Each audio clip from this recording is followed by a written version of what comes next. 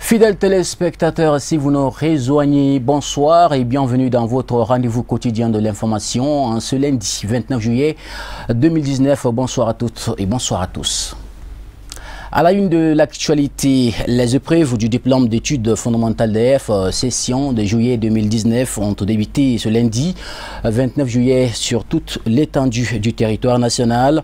Une de nos équipes de reportage a sillonné quelques centres de la capitale pour s'enquérir de l'état d'organisation. On fait le point avec Fatoumata Yakane, Abdoulaye Soukoudou, c'est avec la voix de Al-Hamidou Badini. L'école malienne s'en est sortie de la crise après les paralysies qui ont émaillé le début de l'année scolaire 2018-2019. Ces dénouements heureux se concrétisent par la tenue des examens du diplôme d'études fondamentales DF ce lundi 29 juillet 2019. Ici, en commune 1 du district de Bamako, à l'établissement espagnol de Bankoni-Djanguiné-Bougou, tout se déroule bien, surtout le choix de la première épreuve selon les candidats. L'examen, ça se débute bien. Et l'examen, c'est pas très difficile. C'est très facile. Bonne chance à nous tous. Oui, on a commencé avec la rédaction. Ça se passe bien. Bon, ce que j'ai à dire maintenant aux gens, il est temps maintenant qu'on essaie de voir les choses en face. Il est temps qu'on essaie de changer les habitudes maintenant pour que l'école malienne puisse avancer un peu. On a des problèmes maintenant chez les surveillants ainsi que maintenant chez les parents d'élèves. Donc il est temps maintenant que chacun maintenant prendre des dispositions maintenant pour que l'école puisse avancer. Sur 337 candidats inscrits, 313 sont présents, repartis entre 11 salles et aucun incident majeur n'est à constater, dira le président du centre. Vraiment pour le moment, nous avons ça bien débuté. Quand même avant, depuis vers 6h, 6h30, nous sommes là. Donc les surveillants aussi sont là. Donc avant, nous avons procédé à la lecture des polices de surveillance. Après l'ouverture de l'enveloppe, donc vers 8h, nous avons commencé, comme prévu, les épreuves. Oui, il y a des absents, il y a à peu près 24 absents, donc 14 garçons et 10 filles. Au niveau de la sécurité, vraiment, on ne se plaint pas. Ils sont tous là, ils sont devant la porte et puis ils sillonnent un peu partout. La surveillance aussi, tous les surveillants sont là. Je souhaite bonne chance à tout et à chacun. Vraiment, je souhaiterais que ça se termine vraiment en beauté. Tout comme à l'établissement espagnol de Bankoni-Djanguiné-Bougou, l'école fondamentale de Moriba-Bougou premier cycle A, avec un total de 202 candidats dont 12 absents, n'a signalé aucune difficulté depuis le commencement des épreuves et toutes les dispositions sont prises pour sécuriser les uns et les autres afin que les examens se fassent dans de meilleures conditions. Ce matin, on a commencé les épreuves du DF de juillet 2019. J'ai au total maintenant 7 salles au centre de Moriba-Bougou premier cycle A, dont 14 surveillants. On a commencé ce matin avec les épreuves de rédaction. Donc c'est porté sur 3 sujets au choix. Je pense que les élèves ont vu les sujets. Ils disent que le sujet a été abordable. C'est à la portée des enfants. Ils ont fait d'autres sont même sortis à 1h20 minutes, ils ont même terminé le sujet. J'ai aussi déploré maintenant l'absence de 12 candidats qui sont absents. Bon, je ne sais pas pour quelle cause. En tout cas, le DEF continue. On est là jusqu'à 3 jours. Tout se passe très bien. Voilà, la sécurité est là. La sécurité est là. Comme on a cette année un commissariat, on a eu 2 agents du commissariat qui sont là pour assurer notre sécurité. En tout cas, ils font bien leur travail. Les autorités communales de Moriba-Bougou, présentes à l'ouverture de la session, félicitent le gouvernement malien pour l'organisation du DF de cette année. Donc nous tenons vraiment à remercier nos autorités par rapport à ça. Et vraiment à remercier vraiment les parents d'élèves et les anciens surtout qui ont fait des sacrifices dont la date d'où on se trouve, ce n'est pas la date idéale pour les examens. La circonstance qui nous a revenu vraiment pour cette date-là, c'est un fait qui est connu de tout le monde, c'est-à-dire à des perturbations et de l'insuffisance au niveau du pays. Donc nous demandons vraiment à tous ceux que les Maliens s'unissent, qu'on se donne la main vraiment pour qu'on puisse bâtir ce pays dans la paix. Car sans paix, il n'y a pas de développement. Raison pour laquelle nous tenons à remercier tout le monde. Et vous, et les forces de sécurité vraiment pour que vraiment l'examen puisse avoir et faire dans les conditions normales. Bonne chance à tous les candidats. Bonne chance tout à fait à tous les candidats. Autre actualité dans le cadre de la 25e édition de la campagne nationale de reboisement, l'association sportive Bassaro Asba a initié une journée de reboisement dans l'enceinte de l'école fondamentale de Tiegena dans la commune rurale de Dialakoro-Bougou, région de Koulikoro. Le thème national retenu est l'arbre et le sceau de la vie, plantons-en pour le bonheur des générations futures. La cérémonie était placée sous le haut parrainage du maire de Baguineda, Saliagara. Reportage Hamadou Ndiallo, Babakita.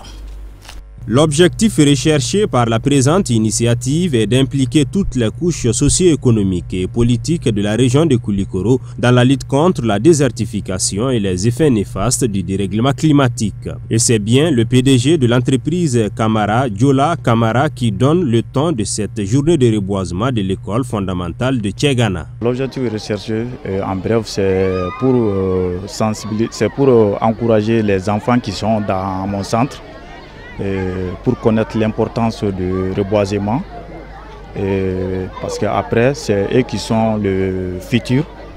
Les plantes là, ça va leur servir dans les jours à venir. Avant que je trouve l'idée, on partait dans un endroit ici qui est un lieu touristique, on appelle là-bas Kankungoso. Souvent les enfants vont là-bas pour connaître les plantes. C'est un de notre partenaires, même Abdou Karim Samake, celui le promoteur de Kankungoso.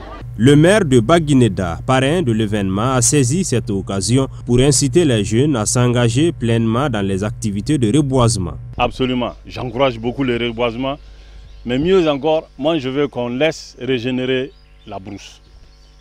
On la protège contre les feux de brousse et on laisse la brousse en jachère pendant 10-15 ans. Les enfants qui ont 5 ans, si vous laissez une brousse régénérer pendant 10-15 ans, à 20 ans, ils vont avoir une petite forêt.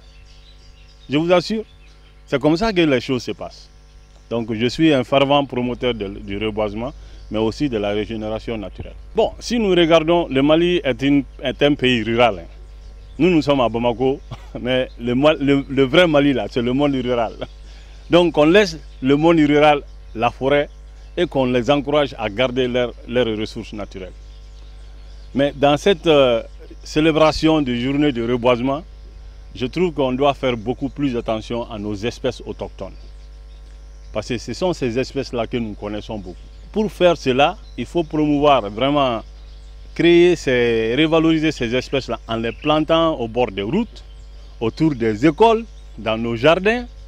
Parlez-en à nos enfants et surtout les amener pour voir quelques-uns que nous avons préservés. Dans son programme d'activité, l'association sportive Bassaro prévoit une large sensibilisation des populations en général sur l'importance de la biodiversité et en particulier auprès des élèves sur la connaissance des espèces végétales. Une visite de terrain au camp Kungoso de Dialakoro-Bougou a sanctionné les activités. L'actualité dans le sillage politique, le mouvement Ibeka Kanu a animé une conférence de presse le samedi 27 juillet au foyer des jeunes de Sangaré-Bougou. Objectif, sensibiliser la population sur l'accord politique et le dialogue inclusif afin de réduire la crise politico-sécuritaire au Mali. Tata Touré et Sélougnaré nous en disent davantage. Résoudre la crise politico-sécuritaire qui perdure depuis longtemps dans notre pays, tel est l'objectif du mouvement Ibeka Kanu, portant sur l'accord politique, le dialogue inclusif ainsi que la réforme constitutionnelle en vue. Voilà, je tiens à remercier tout un chacun pour leur déplacement. C'est le mouvement Ibeka Kanu. Le mouvement Ibeka Kanu est un grand mouvement qui est composé d'associations des jeunes et des femmes, dans le but seulement de soutenir tous les grands projets du président de la République, son Excellence El Hadji Ibrahim Boubacar Keïta. C'est la première fois dans notre commune que le Bureau national fait le déplacement afin de donner des informations par rapport aux grands projets dont les autorités sont en train d'entreprendre pour la bonne marche de notre patrie. C'est dans cette optique-là, vraiment, on a organisé ces grands meetings afin de sensibiliser la population de Sangaré-Bougou sur les grands projets. C'est-à-dire, il s'agit de l'accord politique pour la bonne gouvernance, le dialogue inclusif Il s'agit de la révision constitutionnelle. Parce que ces deux grands projets dont les autorités sont en train d'entreprendre ont besoin d'une communication. Toutes choses qui n'ont pas de communication, les gens ne peuvent pas comprendre. Vous voyez la raison pour laquelle la révision constitutionnelle a été rejetée la fois passée, parce qu'il y avait un manque de compréhension, il y avait un manque de communication. Mais si on donne des informations fiables de la base à la hauteur, chacun saura que vraiment la révision constitutionnelle, c'est pour le bien-être de notre pays. En parlant vraiment du dialogue inclusif, il ne vaut la paix. Pour avoir la paix, il faut qu'on s'assoie sur une table de négociation. On dit que la guerre arrive vite si on n'a pas le courage de se parler. Il n'a jamais eu de guerre, civile au Mali.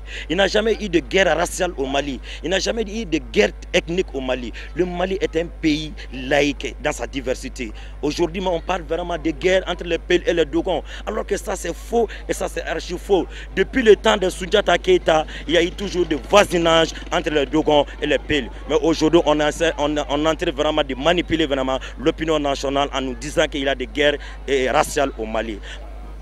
Oui, on peut dire d'abord la population de Sangarebougou, parce que c'est très important. C'est la population que nous sommes venus rencontrer. Ils ont été attentifs, la population a été attentive à notre doléance et plutôt à nos messages. Elles étaient là à écouter et à être dans la dynamique aussi. Parce que le plus important aujourd'hui, c'est de comprendre le processus. Après avoir compris le processus et se mettre dans la dynamique, accompagner les plus hautes autorités du Mali à accomplir cette mission-là. Parce que le mouvement Ibeka Kanou, d'abord, c'est un mouvement qui a été créé pour soutenir son Excellence El Hadji Ibrahim Boubacar Keïta et soutenir les actions du gouvernement et les initiatives propres au président de la République. Et aujourd'hui, on sait que la feuille de route du gouvernement, c'est l'accord politique de gouvernance qui a une année de durée. Et nous devrons accompagner cet accord-là pour la bonne réalisation et pour la réussite aussi des missions qui nous ont assignées. Et je veux qu'ils multiplient d'efforts, qu'ils fournissent encore plus d'efforts pour sensibiliser la population sur la réforme constitutionnelle et la paix que Ibeka cherche, qu'ils aident Ibeka à retrouver la paix. Parce qu'on ne peut pas développer un pays dans le désordre. Cette conférence a été une bonne occasion pour les intervenants d'inviter les uns et les autres à adhérer à l'action gouvernementale. Politique toujours, cette fois-ci en deuxième région administrative du Mali, où la section de l'Alliance démocratique pour la paix, autrement dit ADP Maliba, du cercle de Banamba, a procédé à sa rentrée politique le samedi 27 juillet 2019 au stade municipal du cercle, placé sous la houlette de son président, M. Youbaba. L'événement qui était couplé à la journée de reboisement a vu l'adhésion massive de plusieurs nouveaux militants composés de lits locaux et nationaux, dont l'honorable Mamadou Dimfa Sempara, avec la présence des présidents du bureau des femmes et des jeunes. Nos envoyés spéciaux Amadou Kamara et Draman Mali. Cette double célébration a enregistré la participation d'une forte délégation nationale venue de Bamako et conduite par le président du parti Youbaba pour témoigner de tous les soutiens de la direction du parti à la section de Banamba. La section ADP Maliba de Banamba, avec l'appui de l'honorable député Mamadou Dimfa Sempara, le soutien de la famille chérifienne et l'honorable député Tenin Sempara, est sorti vainqueur de l'élection présidentielle de 2018 avec le plus grand pourcentage en termes de voix, soit 35,74%. Donc la section ADP Maliba de Banamba est et restera l'un des espoirs du parti pour les futures échéances. Nous sommes présents à travers nos sous-sections dans les 9 communes du cercle de Banamba. Le porte-parole des nouveaux adhérents, très ému, a exprimé toute sa joie et sa sympathie, évoquant leur choix pour le parti ADP Maliba. Aujourd'hui est un jour spécial et très émotionnel. Oui, un jour spécial parce que il s'agit de l'avenir du Mali en général et du cercle de Banamba en particulier. Un jour très émotionnel, compte tenu de la circonstance du moment, l'opportunité à saisir à travers le parti ADP Maliba pour servir le Mali et les Maliens. La présidente du mouvement des femmes, dans son allocution, dirait que sa formation accorde une grande importance aux questions du genre, d'où la présence massive des femmes à cette assise. Elle n'a pas manqué de les inviter à s'impliquer davantage pour les échéances de 2023. Cette entrée politique signifie que ADP Maliba est prêt et que 2023, nous allons mettre notre marque de fabrique au Mali, Inch'Allah. Nous sommes vraiment émus avec tout ce que nous avons vu aujourd'hui, avec l'accueil chaleureux et avec le dévouement des hommes et des femmes depuis ce matin qui sont là pour la cause de ADP Maliba. Particulièrement ce qui m'a touché aujourd'hui, c'est surtout la présence des femmes et des hommes engagés autour du parti ADP Maliba. Le président du parti a, au nom du président d'honneur, remercié et félicité les nouveaux adhérents pour leur choix porté sur l'ADP Maliba et les a rassurés de l'accompagnement du bureau exécutif national pour l'atteinte des objectifs. C'est notre première sortie après le congrès tenu le 25 et 26 mai 2019 à Bamako, à l'issue duquel il y a eu un bureau exécutif central que j'ai l'honneur de présider. Et Mamadou Fa Sampara est un des vice-présidents. Donc nous sommes venus pour accompagner Fa pour le déroulement de cet événement qui, vous l'avez dit tout à l'heure, la fête a été très belle. Les enseignements à tirer sont nombreux. Et effectivement, nous tenons à remercier toute la communauté. Nous sommes venus aussi porter le message du président d'honneur, Aliou Bokar Diallo, au niveau de la communauté de Banamba, pour le score obtenu ici en juillet dernier. A noter que l'ADP Maliba se porte très bien dans les cercles de Banamba, d'où cette importante adhésion massive de nouveaux militants composés d'élus locaux et nationaux qui comptent au total 41 élus, dont 8 femmes, un président du conseil régional, un président du conseil des cercles ainsi qu'un élu de la nation. La cérémonie a été agrémentée par la prestation des artistes locaux et ses venus de Bamako. Pour refermer le chapitre politique, sachez que Mme Sissoko Djeneba Keïta est la nouvelle secrétaire générale de la section des femmes du parti Alliance pour la solidarité au Mali, convergence des forces patriotiques ASMA CFP de la commune 1 du district de Bamako. La mise en place de son bureau a eu lieu le samedi 27 juillet. Au siège du parti à Djelibougou, la cérémonie a enregistré la présence massive des membres du bureau national, des militants et sympathisants du parti. Reportage Samaïra Sanougou Foussine Keïta avec la voix de Moussa Fomba.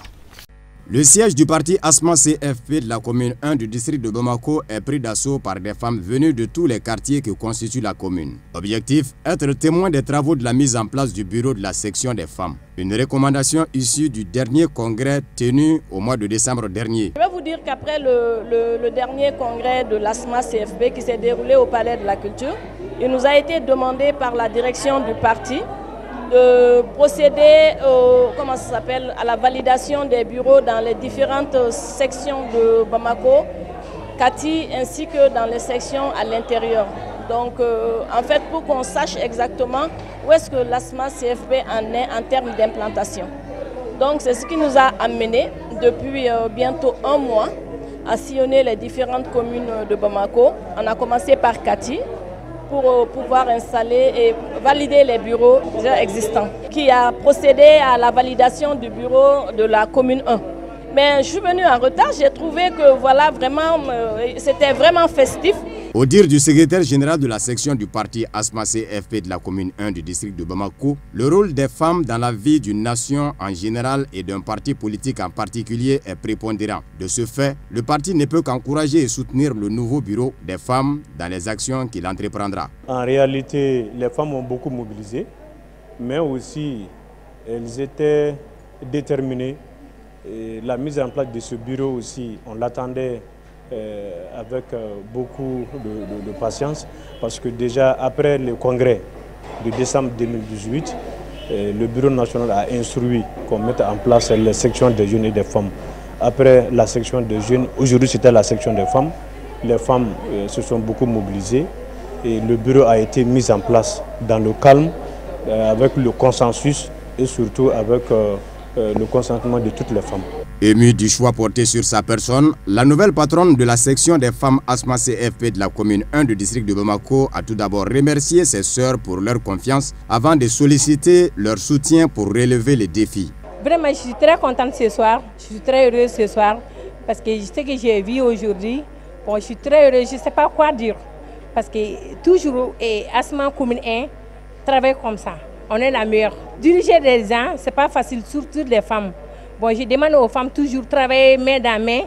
À titre de rappel, le bureau des femmes de l'ASMA CFP de la commune 1 du district de Bamako, dirigé par Sissoko Djeneba Keïta, est composé de 45 membres et 2 commissions de 10 personnes pour un mandat de 5 ans.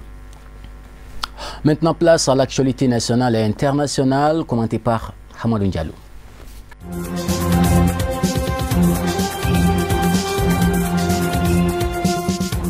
En Algérie, un premier pas avait été fait jeudi 25 juillet pour l'ouverture de négociations entre les Algériens qui manifestent depuis le 22 février et les autorités avec la nomination de 6 médiateurs. Ce dimanche, le groupe de médiateurs a intégré un nouvel élément, un jeune qui serait le représentant des manifestants selon un communiqué. Le panel a tenu sa toute première réunion et présenté son plan de travail. Ce dimanche, pour leur première réunion, les 6 personnalités chargées de conduire le dialogue ont lancé un appel à 23 autres personnes. Le panel a aussi donné les premières indications sur son plan de travail.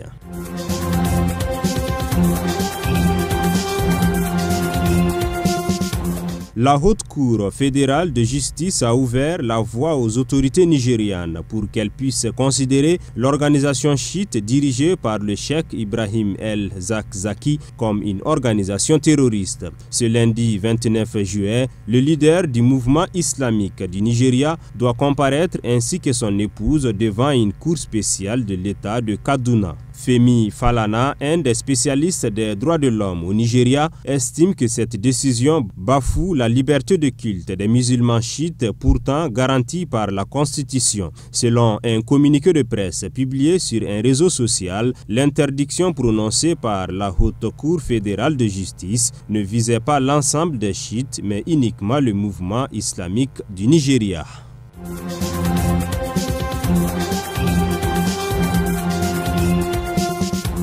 Des combattants du groupe djihadiste Boko Haram ont tué samedi 23 personnes lors d'une attaque après une cérémonie de funérailles dans un village du nord-est du Nigeria, selon des sources concordantes. Les corps ont été retrouvés par des miliciens et des chasseurs locaux après que des survivants eurent réussi à rejoindre leur village pour donner l'alerte selon un habitant. Le conflit a fait plus de 27 000 morts et plus de 2 millions de déplacés en 10 ans.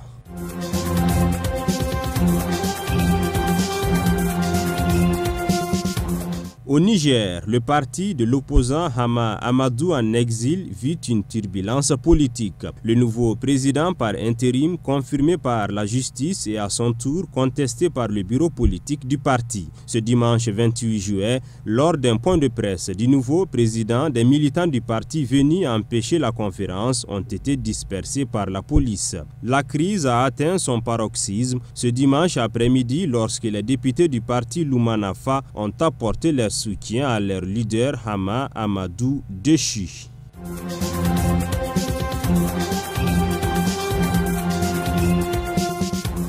5 médecins ont été tués et 8 autres personnes blessées dans une frappe aérienne contre un hôpital de campagne au sud de la capitale libyenne samedi, selon une source du ministère de la Santé du gouvernement d'union nationale et reconnue par l'ONU. Les ambulances et les hôpitaux de campagne près des zones de combat au sud de Tripoli sont fréquemment la cible de frappes aériennes que le gouvernement d'union nationale attribue aux forces du maréchal Khalifa Haftar.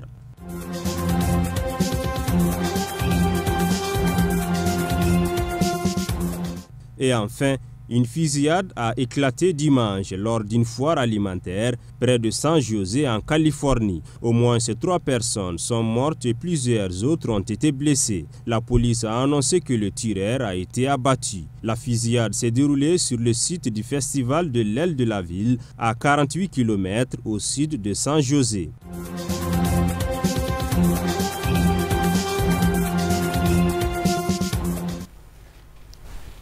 Sport, basketball, avant de boucler votre journal, la finale du premier Afro-CAN a été emportée le samedi 27 juillet par les Léopards de la République démocratique du Congo face aux Harambee Stars du Kenya 82-61. Une belle première pour le basket congolais. Reportage de Youssouf Koulibaly, Baba Keita. 57 ans sans trophée, la République démocratique du Congo n'aura pas attendu bien longtemps pour mettre la main sur l'Afro-CAN, le championnat africain de basket réservé aux joueurs évoluant sur le continent. Avant la pause, les Léopards ont été les premiers à donner le ton en faisant la course en tête du chrono à l'issue du premier quart-temps, 29-18.